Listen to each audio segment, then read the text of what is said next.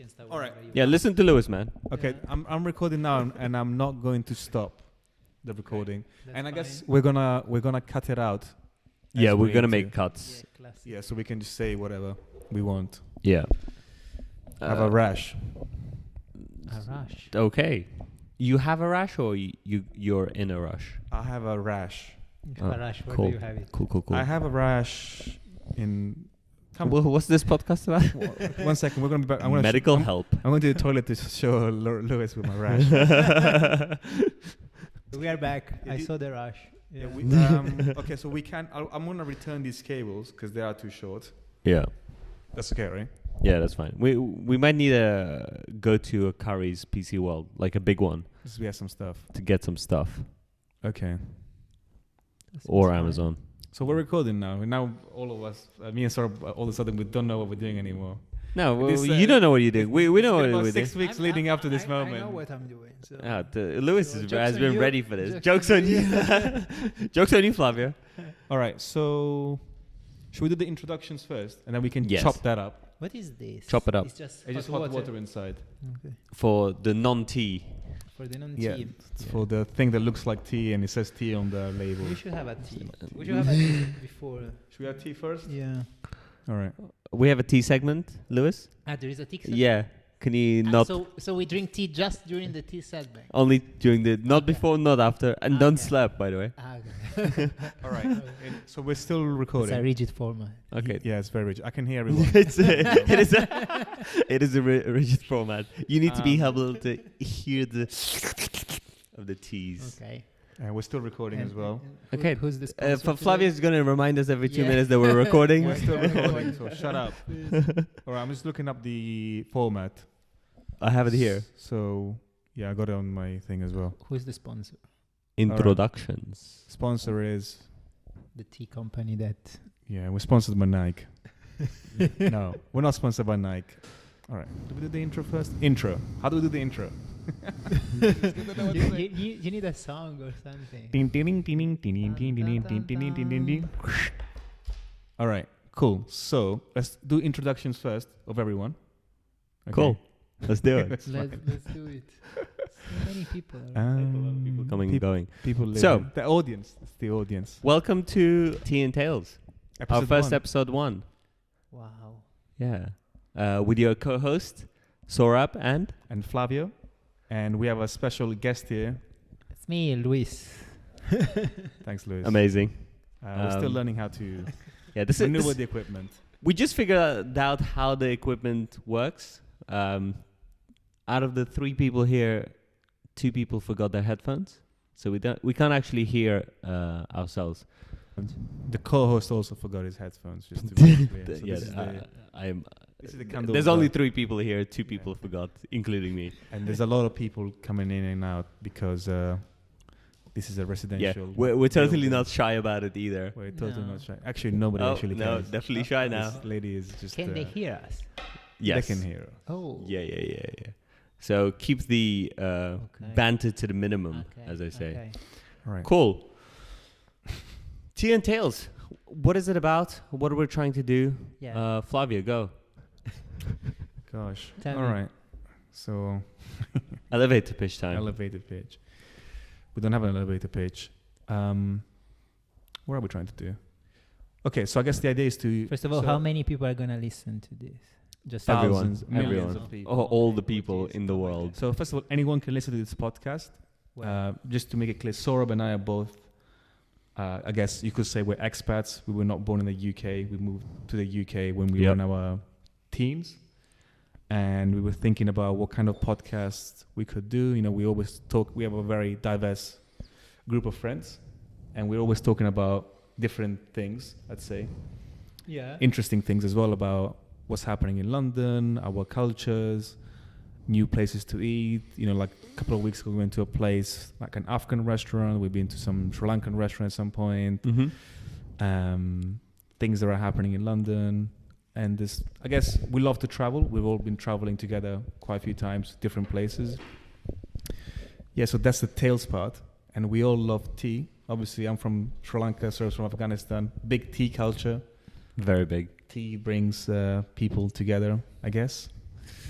And Actually, I discovered tea here in UK. alright. Was that the first time you had tea No, but as a main thing? Yeah, definitely. In Italy, it's just coffee.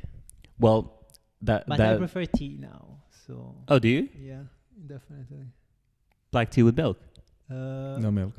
No milk. Okay. No, it depends. I can have a Earl Grey tea in the morning with almond milk. Then chamomile tea as well. I like Oh it. shit! Chamomile tea before bed. Yes. Very the good. best. With no Very milk, good. right? Huh? Yeah, no milk. Without milk. Without milk. What are you saying? Flavio, do you understand? But people do have tea in Italy, no? You don't Yeah, think so? I mean there is tea, of Yeah. course, but it's not a. There is no way that we are drinking tea at 5 in Italy, for example. No. Okay. And as a brief intro to Lewis, and I'll let him take it over. But he's originally from Peru, but Yeah. has lived across many places, including Italy. That's why he keeps talking about Italy. And now he lives in the UK. Yeah, exactly. Hi, everyone. I've been living in many places, actually. I was born in Peru, then I moved to Italy, and then also to Luxembourg for like 2 years and a half. And then I moved here in London, UK. How come you moved to Luxembourg and then UK? Is it for work or what's the reasons? So I moved to Luxembourg first for work. So I already had in my mind the idea of not staying in Italy since I finished university. And Luxembourg was a really interesting place for finance, which is what I work, the field where I work in. And I had a friend who was living there. He told me that Luxembourg was really interesting. There were a lot of opportunities, and that's why I went there. What's the food like going from a place like Italy, which is like quite foodie, to Luxembourg, which you don't really hear about their food, right? Yeah, no, Luxembourg is really bad in that sense. You had many restaurants, so that's where I was going. Italian restaurants as well, because the Italian community there was quite big. But yeah, they have their culture is a mix of French, German culture, so they have things from different parts of Europe. They kind of stuck between three big cultures, right? Yeah, at the end, yes. Belgium as well, unfortunately. Belgium as well. Yeah. You're going to cut that out. No, what? Cancel. And you were there, what were you doing, an internship? Why was it only for 2 years? No, it was, so I went there, I got a job for a consulting firm. I stayed there for 2 years, but then I realized that it was not the right place for me, because it's really small as a country. You have 500,000 of people in the whole country. And in Luxembourg, you had maybe 100,000. And the main problem there was that people were actually not living in Luxembourg. Because Luxembourg is in the middle of Europe, you will have a lot of people coming from Germany, Paris, Belgium as well, just to work there. And they just were living during the weekend. So you didn't have actually the opportunity to meet a lot of people there. So a lot of expats like majority expats. Not even expats, people just traveling in. And I not guess even expating, just yeah. commuting in. Yeah, like on the weekend you were just like, all was your friends dead. were out basically, and you were the only one. And there, because it's a small community, everything anyway was closed after 6. Everything was there was no way to have fun, let's say, to go to pubs after midnight, for example. You didn't know where to go. Right, okay. So it was really boring. Is Luxembourg like, obviously it's a country, but in terms of a city, is it also the Luxembourg city and then other cities, or it's just literally? No, there is just Luxembourg. Yeah, it's just So Luxembourg is the country, and the city is called Luxembourg. And then nothing else, nothing else around. Nothing else. There is just countryside. You step outside, you're in a different country. Can you take a train straight to Milan from there? Or? You can take a train. You can take the good thing about Luxembourg is that because it's in the middle of Europe, you can go basically anywhere in like maybe 2-3 hours. But I got a car there, and I was going to Paris maybe once a month because a friend of mine was living there, and it took me just maybe 3 hours by car to go there. Oh yeah, of course. So It's super close, isn't it? It's very good. Yeah. So what took you from, sleepy Luxembourg to London? I wanted to Was live that in a proper city, I would say, because in Italy I was not living in Milano. I was living in a city nearby Milano, which is Gorgonzola. Also the name of cheese. Like the cheese, exactly. But it was not Milan. Okay. So when I moved to Luxembourg, I again basically ended up in a small city, and I had never had the experience of living in a big, let's say, normal city. So that's why I decided also to move to London. And also for my job, London is the best place, I think. Did you get the job first and then move to London, or you moved to London and looked for a job? No, I got the job first. Okay. And this is pre-Brexit, right? So a lot easier to travel around. Easy to so move. much easier for me to find a job. There was no pressure. I didn't have any problem with visas or anything. So I just found a job and then I moved after that. Cut this out. There's a heavy breather in here. Someone's trying to absorb the energy from the microphone. We need to get the little cover thing. That's what you need it because for. I will inhale this mic. We can put the cover on anything, right? Yeah. Yeah. We should be able to. Nice. Lewis, all right. This is. Did you coming into the UK London? Have you considered living outside of London? Because obviously, before you moved in, obviously. Define outside of London. What does it mean? Like Manchester? No. Mm. No. I mean, countryside, yes. I mean, if you want to have a family here and still be in London, I think might be necessary to move far away, but maybe 1 hour and a half. Definitely, I don't see myself living in Liverpool or Newcastle. So you're very much a Londoner at heart. I like London in that sense. What do you love the most about London besides obviously it being so lively? Not Gorgonzola or Luxembourg. Yeah. I like, I think it's very, there are a lot of different cultures that you can meet here, right? And it's really easy to find people from everywhere. I mean, we are here talking about being expats in London. So exactly. That's an example. All three of us from different countries. In Italy, it would be so difficult to find the same level of I would diversity. Say, diversity is not that developed, I would say, and I think that's the thing that I like the most. Actually, I really like the weather as well. Really? I don't mind. Do you actually?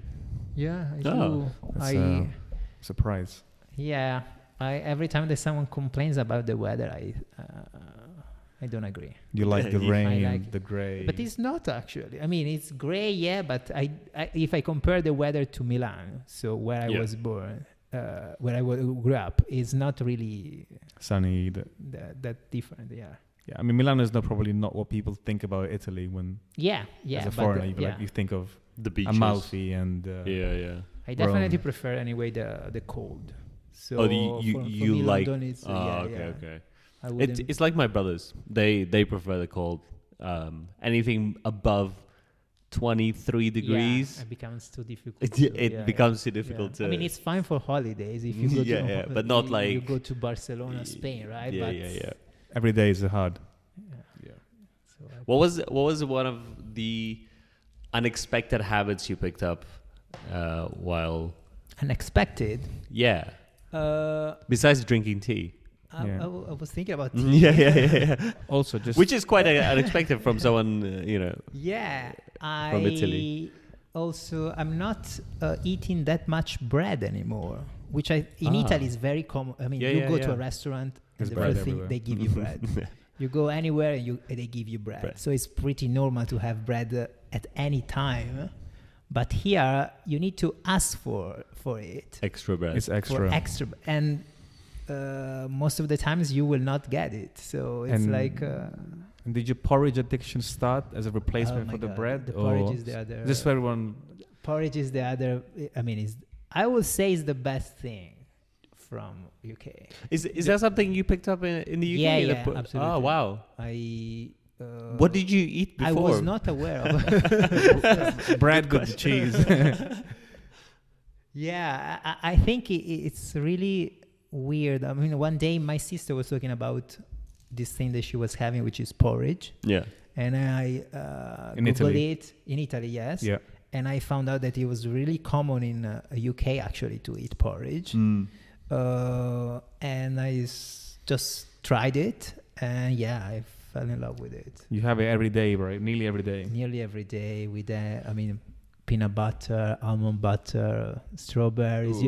Porridge is so good. You can have it with anything. Even protein. Protein. Imagine anything. we were gonna ask what was the one food you picked up and you loved from the country that you live in now, but it is porridge. It is porridge. Yeah, just 100% porridge. Lewis, myself, I'm a porridge lover. We've traveled to Egypt together, for example, and there was Jordan. no porridge there, and he was really desperate for it. We found it. It was difficult, but we found it in Jordan, didn't we? In Amman, in a supermarket in Jordan. Probably top 5 days of Lewis's life. He had about 1 kilo of oats in one breakfast sitting before the flight. So good. Imagine, porridge is the best thing. If anyone knows any horse food suppliers, please let us know. We're also looking for sponsorship if you do know any. If you anyone Quakers, Quakers, Quaker oats.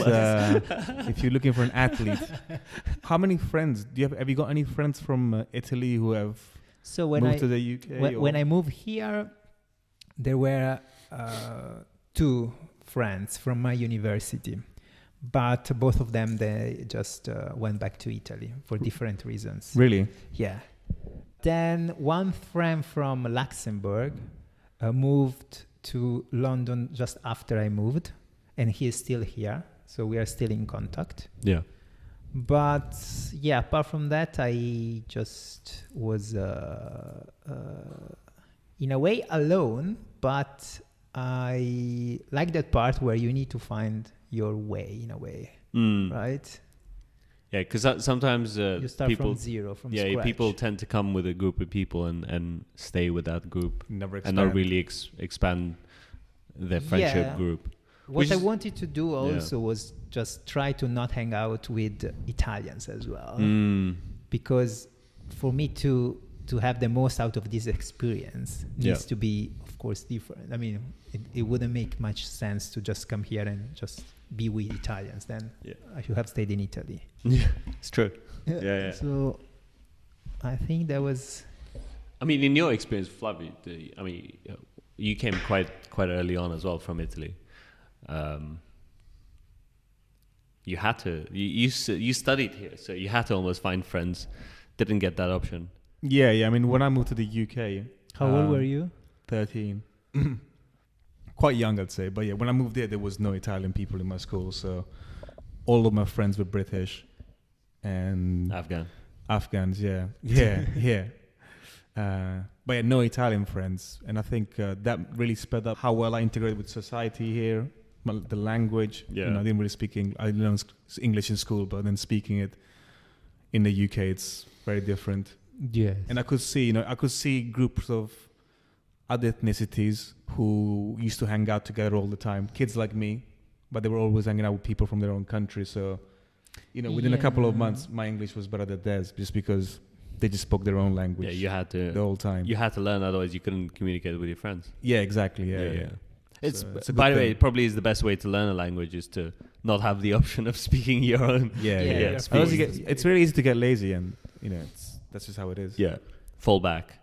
Unless you speak English and you want to learn another language, in that case, wherever you go, people will speak and practice English on you. So, and that's probably, I think, when you speak English, it does make you lazy. Yeah. Like as soon as you learn English as a language, that's it. Done. You can go to most countries and get away with not speaking their language, and you kind of force to them, like, speak English, so speak back to me. But not in China. They don't care. So. No, it's true. It's true. They just don't speak it. So Yeah, they don't care. Google Translate for. There's no Google Translate. To the so hell. there you go. Baidu Translate. Screwed. So How long have you been living now in London? Almost 5 years, 5.5 years, I think. Did you have coming here? Did you have a kind of a expectation of what London would be like, and then how has that changed, or hasn't it, or was it everything you expected it to be? I think the best thing was not having that. In the sense, I didn't have any kind of expectation in terms of how living here it was or anything. I was just happy that London was bigger than Luxembourg, of course. Yeah. So for me, it was the best thing. And that's the only thing that I was thinking about. There was no other expectation in that sense. You just wanted people around. Yeah. yeah. I wanted to go to places without caring too much about the time or anything like that. Yeah. Do you think you'll be settling down here, or I can see myself. Else? I'm thinking to take the citizenship here. So nice. I think that makes sense. Yeah, especially as an option of always being able to come back, especially since with Brexit you don't get that option as much anymore, even if you have a European passport. Same for all three of us here, by the way. I started my application. We need to apply for a passport ASAP. You need to do the life in the UK test. Yeah. It's my favorite test in the world. I had pass the it every few months on my phone. On your phone, yeah. I test it out. Can I pass it? Yes. Okay, forget about it. You've passed it, didn't you? I just passed it just before Christmas. Yeah, I just have to do the application now. How was that? The test? Yeah, how was the test? How did you did you have to prepare for it? I spent like 3 days before the exam doing. There's a website called lifeintheuk.questions.com, and there's like 25. Not sponsored. Yeah, yeah. There's like 25 or 30 practice exams on that with 25 questions, which is the number of questions you have in the actual exam. So I just basically did the whole thing a bunch of times until I memorized the answers. So I didn't read the book. And were there questions? All the questions came. You've lived here, as you said, since you were 13. Yeah. Were there some questions where you were like, what? There's a lot of questions around history of like the Tudors, the Stuarts. That's all I know. The House of York, Lancashire. You kind of need to learn some history about what happens there. Yeah. Like who killed who and who invaded first. Wow. There's a bunch of stuff like that you need to learn or memorize. And now what? Now you just need to do the application. And that's it. Yeah. I'll give you a question. At what age can you drink in a pub? Oh. Or in a restaurant? What's the earliest you can drink? I will say 18. 6 years old.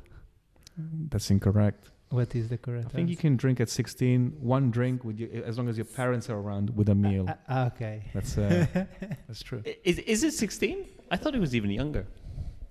Maybe. I think it's 16. When is... You can learn to drive at 17 in the UK. Yeah. Well, yeah, also in Italy. 17, yeah? Yeah. I mean, you cannot get the license. Oh, you can. You can get a license. Yeah. In Italy? In Italy, you can start doing all your exams before 18, but then you need to be 18 years old to get a license. All right. For our American audience, probably whenever you do join us, I know we don't have an audience at the moment, but yeah, drinking age in the UK starts at 16. So that's cool. Please come visit. With your parents. Sorry? With your parents. Yeah, bring your parents, just in case. But I promise you, no one's going to ask you questions. Yeah. No one's going to be like, is that your dad? Cool.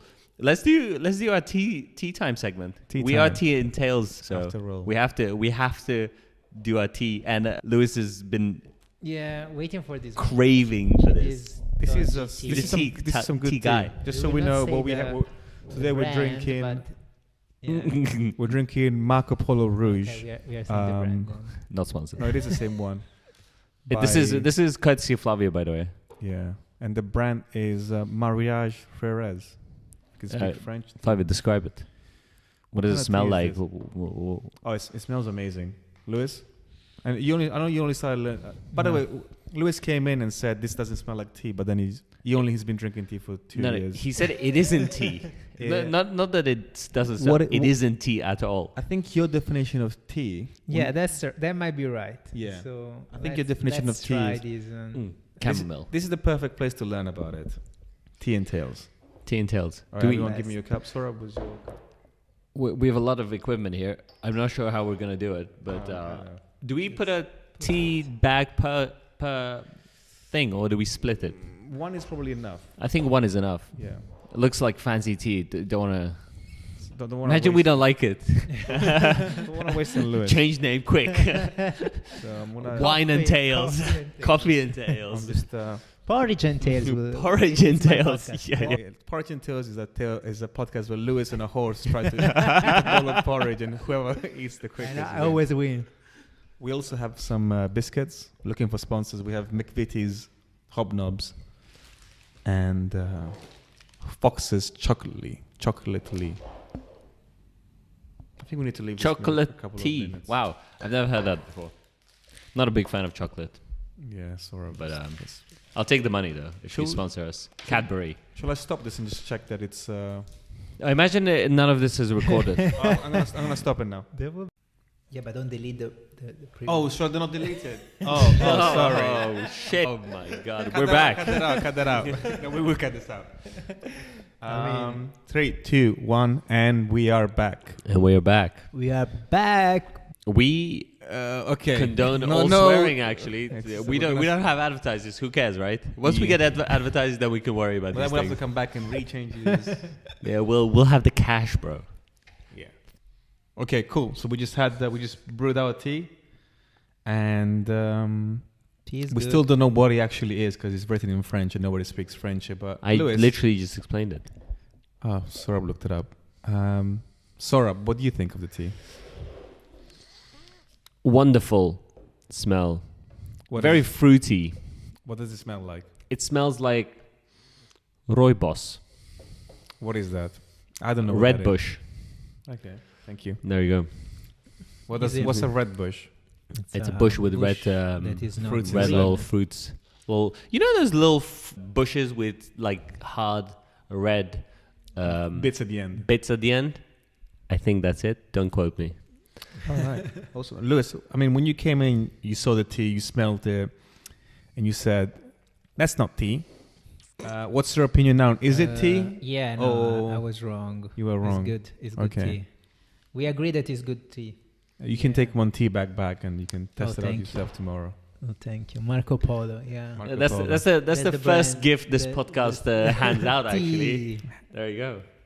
One pot of tea. That's how we pay our guests, with one tea bag. So you Good like the tea? Yeah, I like it. Yeah. Yeah. That, It has this orange color. Jamie, bring it up. We don't have Jamie, but if you could see this is what rooibos is. Oh wow! Okay. Looks nothing like what I described, so definitely don't listen to me. it's it looks weird. It's like a lavender bush, but not violet. Yeah, no, not violet. And it does smell strong, doesn't it? Very strong smell. And you know what I like about this tea? What? This brand, the tea bag, it's very nice. Very nice tea bag. Very Coming fancy, soon. I'd say. Yeah. Coming Fancy. soon. What do you think, Louis? If you like a That's not- dandy, That's better than then what? Tetley, right? Yeah. Yeah. Sorry, High Tetley. Still quality. sponsor us. High Yeah, please. high No, quality tea, these you know days. how they say tea bags are like, the ones you buy from stores. The actual tea that is in the tea bag is like bottom of the barrel. Like the actual tea leaves are used and sold separately. What you get in the tea bag is actually the bottom of the Powder. barrel, It's the the powder. powder. Oh well. So it's not actually any part of the good bits. Whereas this looks bad like part. that's why it smells so good. Yeah. This actual leaves concentrated. Concentrare. Mm. Cool. Where were we? What is this about? What's going on, Louis? We talked about things in London. You moved from a small city to a big city. I know the answer to this question, but what's the biggest thing that you picked up hobby-wise? Oh, It's yeah, actually that- also the reason how we met. I mean, I met you via Sohrab. who I met via this magic thing. Is Lewis going to tell us all Well, no, about? actually, I met Lewis through Caitlin, Your girlfriend, your fiance. my fiancée. Yeah. So it's really 4 degrees of connections here. For All brought together by Dancing. Dun, dun, dun. Dancing Yes. bachata. what is To be bachata? precise. It's a South American type of dance, which requires you to be really close to your partner. Yeah. How close? Very close. Appropriately close. Of course, always appropriate. Always appropriately. And that is a It's just South American. So when they say it's close, it's just South America. Yeah, because for example, if we think about salsa, that's not close. No, you It's just like swing around just- each other wildly. So when we say close, There's an embrace. We really mean close. What would you tell people who haven't? I mean, I did some dancing as well, tango, bachata, and I feel like when you first start to dance, there's a bit of a mental barrier. Like it's a bit strange. Yeah, And you're shy about it. there is a huge barrier at the beginning, right? Yeah. So You need to try for like months. yeah. And what did you decide to dance? And how did you? I mean, you love it. I know you love it for a joke about it. It was when I came, as I said before, when I came here, I didn't know a lot of people. So I needed to find something that was something that I like, of course. Yeah. And something that at the same time could allow me to meet people.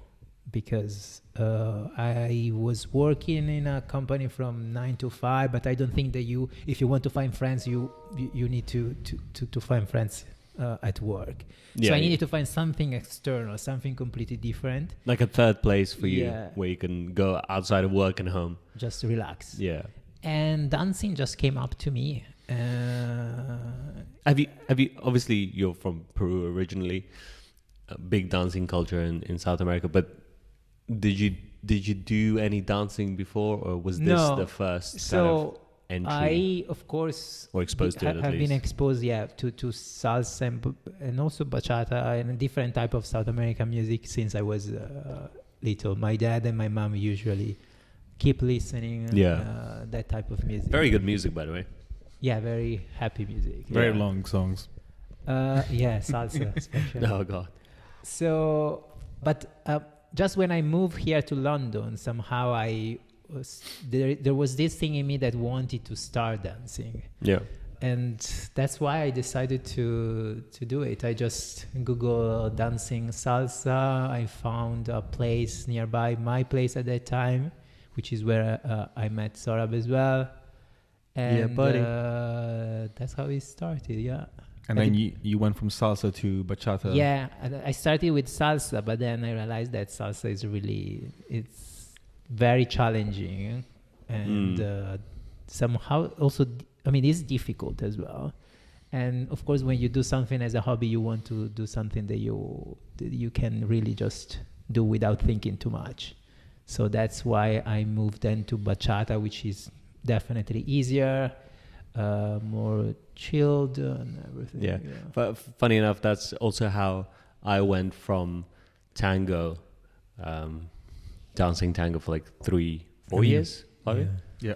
4 years. I think tango is even more difficult than salsa. Well, you get to Serious. a certain point where it becomes quite serious, and I just needed a place where I didn't have to think about everything. Yeah. And you could just enjoy the music and dance, whereas tango is quite intense. And you have to practice a lot to get to a good place. There's practice. There's like things you have to, like when you go social dancing. There's different ways you have to like approach people. It's very That was structured and formal. Yeah. Yeah, you want to explain that, There's Flavio? Cabaseo. The thing that you need to look at. So it's called a follower mirada, for- which is the same as looking, right? Yeah, So when yeah. you go dancing tango, you sit in a hall. I think in Argentina, usually you'll have the male on one side and the females on another side. It's Leaders, salsa, just followers. like tango is. It's a bachata is a leader-follower dance. Typically, the man is the leader and the woman is the follower. But it does change these days. There's people doing both. Flavio being PC here.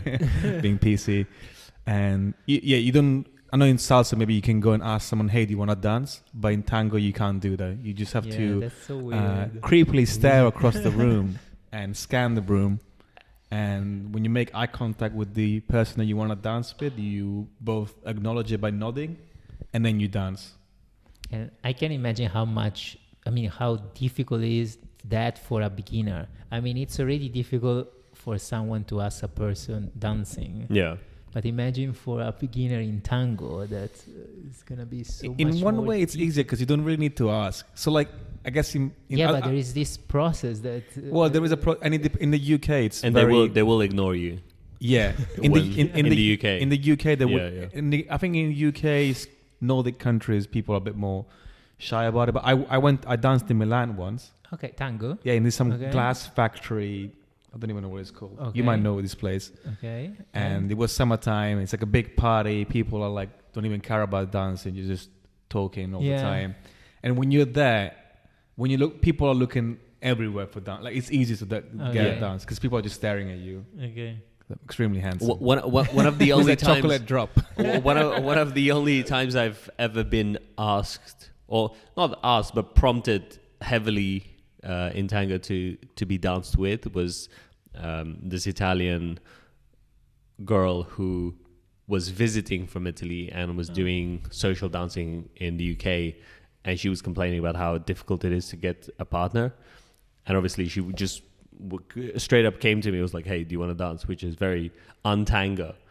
And it's one of the reasons with bachata, it's a lot more relaxed. Yeah. There's no stress of, okay, I have to find someone to dance with. It's you just go. Yeah, you just go. People ask each other. There's no...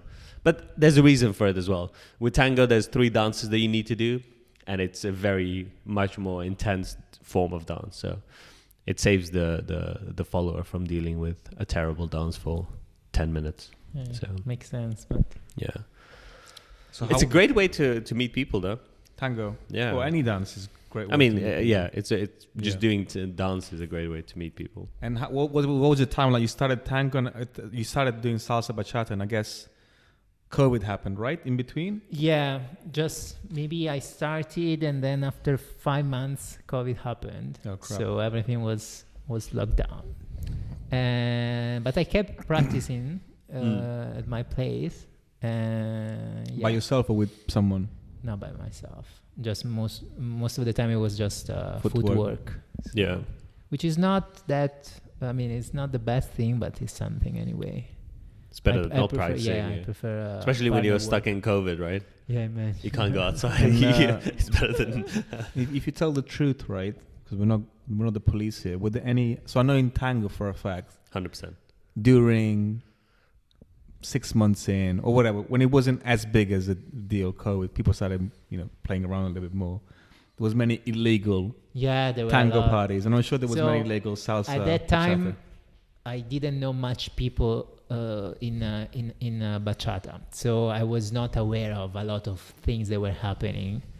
But even if I was a beginner, still I know that there were a lot of ways to gather with other people and just have a kind of a party with maybe 10 people or 15 people. Yeah. But then when I started also talking to other people about what they were doing during COVID, everyone was telling me that there were a lot of let's say illegal parties happening in the everywhere. barrio. Illegal raves. At home, everywhere. Yeah. In the park as well, they told me. I mean, Park is okay. one of the most famous gatherings that is today happening, which is Bachata Exchange, started as something from COVID, where some people were just gathering in the park with some headsets and just play music there. Yeah. So, but there were a lot of illegal gatherings happening during COVID for dancing. Yeah, fair enough. I think I've been to a semi-legal one with you, which was our friend's birthday. That was still during COVID, I'm sure. That was definitely during COVID. Yeah. Friend's birthday. Which one? Fernando. Fernando. David. Was that? David. Was it during COVID? Yes. I mean, it was after 2012. You weren't allowed to have a 2020. large gathering indoors, I think. Yeah, But there were a lot of people there. there was a lot of people there. It's interesting. yeah. It was funny because even invite during them. peak COVID, when if you guys remember, the restaurants, you had to like, if you stood up, you needed to wear masks. Every table was maximum 4 people, and they were like spaced out massively. We went to this Peruvian place just down the road here. No names to be No mentioned. names, but we were eating meal and everyone was following the rules upstairs. Downstairs. And then you go downstairs and it's just a bachata rave or Dominican party rave. I don't know what it was, but it looked like 50 Cent was going down in that place. And I was like, oh, okay. That was the one day, that was like the last day before the second lockdown, which was announced. Oh, yeah. Second lockdown. Yeah. Just before Christmas. And our friend actually got COVID. And our friend got COVID from... He didn't even go to the party, but No. maybe in the toilet, someone sneezed. He just... Someone, on the way out from that restaurant, he said to us, he was like, someone... Yeah, Lawrence. Yeah, on the way out from that restaurant, we stepped out and someone coughed on him and then... We think someone coughed He on him. got it. Well, he said someone coughed on him. I don't know. I don't trust him. But no, I do. I love you. Yeah. Fair enough. And then you started off. Was it like going back to beginning when you started again, or was it just pretty easy to get back into it? No, it was better. Yeah, it was not that as difficult as before.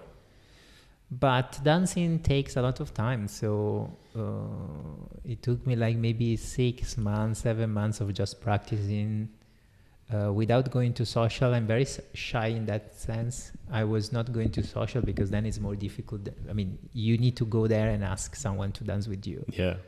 And you don't want to be shit, right? Yeah, kind so of. at least you want to have a certain level. So for you to reach that level, you need to practice a lot.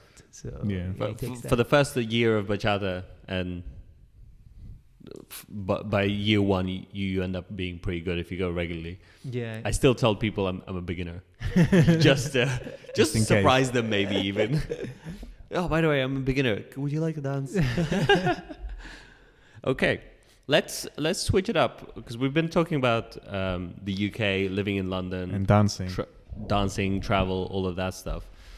We'd like to also touch as part of Tales, maybe into your home, where you consider is home.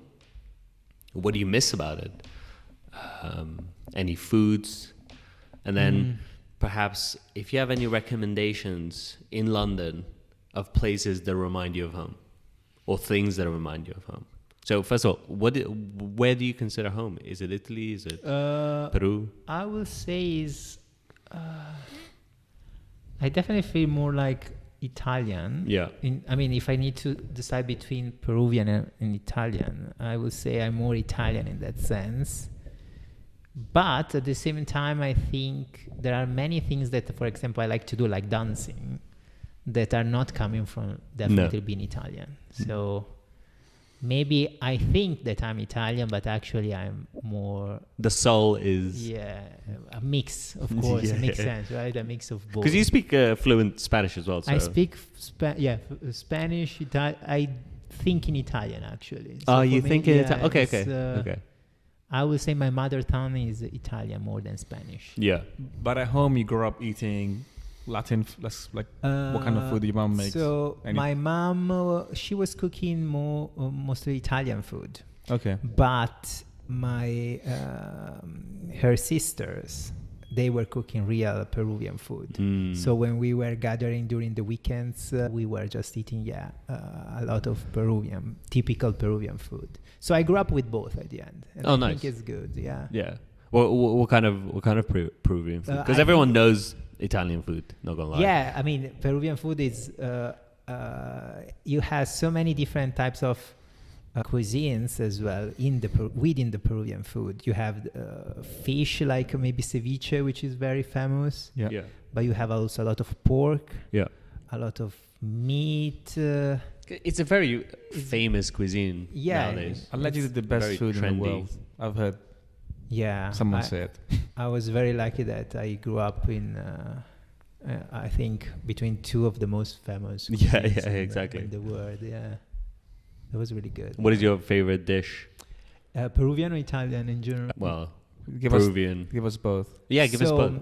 Peruvian, I would say is. I really like ceviche as well. I mean, ceviche is really good when you have all the right ingredients.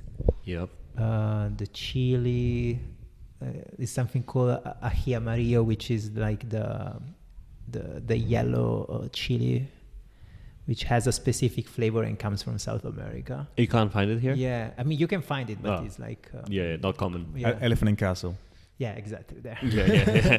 Go elephant to castle. What kind of fish is the original Peruvian? Because there's a lot of different South American countries that claim. I mean, there is. There are I think sea bass is the one they Is the one, yeah. Then there are many different type of ceviches in South America. In the sense, I think in Ecuador you can have it even with the chicken, if I'm not mistaken, which is completely. If you ask a Peruvian, they will. Like raw chicken, or they do something with it? No, no. Because I was about Raw to say, chicken. Yeah. Is ceviche like? Is it Uncooked? It's yeah. uncooked, right? Yeah, the fish is. They say it's cooked with the chili and with the lemon that you put on it. Yeah, the acid from the lemon cooks it, which It's is like- wild. Yeah. Yum, though. Definitely more cooked than sushi, for example. But it's Yes. not that different. That's some in that. Inca level, Inca techniques. Yeah. Oh, I freaking love ceviche. Yeah, It's good. It's probably good, top right? 5 cuisine. We can go to Miraflores Top 5 after dishes. this podcast. Oh, yeah. To the restaurant. Yeah. What are some Peruvian restaurants here that remind you of home? Are there any? Are there any yeah, good there ones? is. There was one in. I think there is still one in nearby Islington. I don't remember the name, but I usually go when my sister comes here every year. I don't remember the name, but it's in nearby Islington. It's really good. It is the typical big portion, South American big portion. Classic way. Yeah. Do you think you have better Peruvian food in UK or in Milan? Now in Italy. Milan is the Peruvian community there is really big. Yeah. Okay, so okay, we have many restaurants. That's Really, yeah. yeah. And what about Italian restaurants in London? Do you go to any or? Because Italian food is very much. I tend Make not it to home. as well, for the same Homemade. reason why you prefer hanging out with not hanging out with Italians. I think I like to try different things, Yeah. and most of the time, maybe the ingredients are not. Of course, they're not gonna be the same, right? So I just prefer to try something different. Okay. But there are many good Italian restaurants. What was your favorite dish again?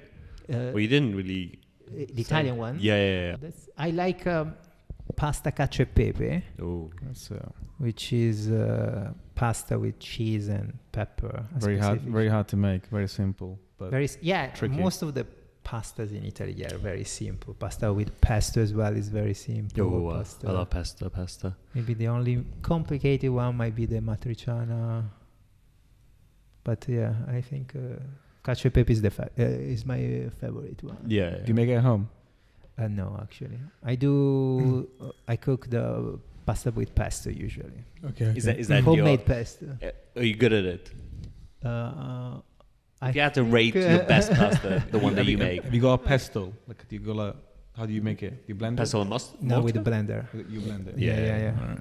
With the mortar would be Too OG. top level. Fair enough. Cool. We cut out this space. Oh yeah, yeah. Any interesting kind of? I mean, you said the restaurants, things you miss from home. All right. Maybe I will say no. I mean, apart from of course family and friends, yeah. but maybe it makes sense that I don't miss that much from Italy because that's why I'm staying here and I want to stay here. Yeah. But actually, I will say there are more things that I think it's bad. They're working better here in London than in Italy, and for that reason, I think here is better in a way. It's one of the many reasons people, I guess, choose to move to London And because stay in London. stay. I think Because once you get used to a certain level of, I wouldn't even say service or amenities. I'd say lack of red tape when it comes to getting some things done. It becomes very difficult to go back and have to deal with those things again. The streamlined processes that are here are not there yet. Yeah, I mean, what are some common things? Do you still have friends in Italy that you speak to? Yeah, yeah. What are some of the things they complain about on a regular basis that you think, oh yeah, I'm glad that I don't have this problem here? I would say the first example is work. In the sense here, it's so easy to find something. It's easy to have somehow a career as well. While in Italy, it's just more difficult. In Italy, yeah, it's true that you have opportunities, but most of the time, only if you know people, if you have somehow some connection, then you can have a career. Yeah. In London, I haven't seen that so far. It's a bit more like, it's also quite bureaucratic in Italy, right? It's all about your position in the company. Yeah, I think that's one of the main reasons why I left Italy. Yeah. It was just to find a better working environment, and I found it here in London.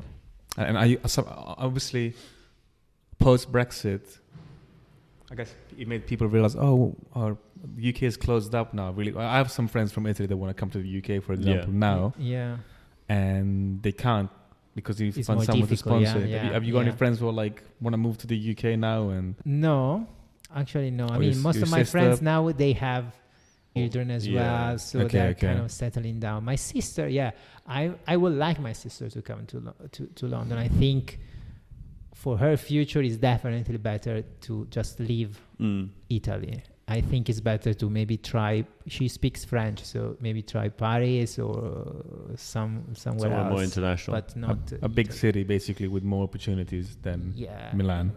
Yeah, I don't think Italy. What would you tell some people who kind of were in your situation, were wanting to move somewhere, thinking about it? Do you have any advice? What would you tell them?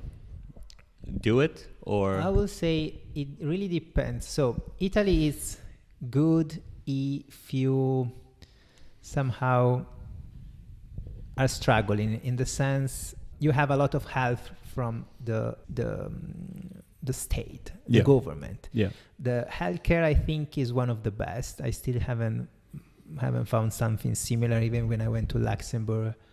Italian doctors are, I think, the best. Oh, wow. You go there and you don't have any problem. I heard people going to the doctor here in UK and just the doctor Googling the symptoms, trying to find something. So crazy.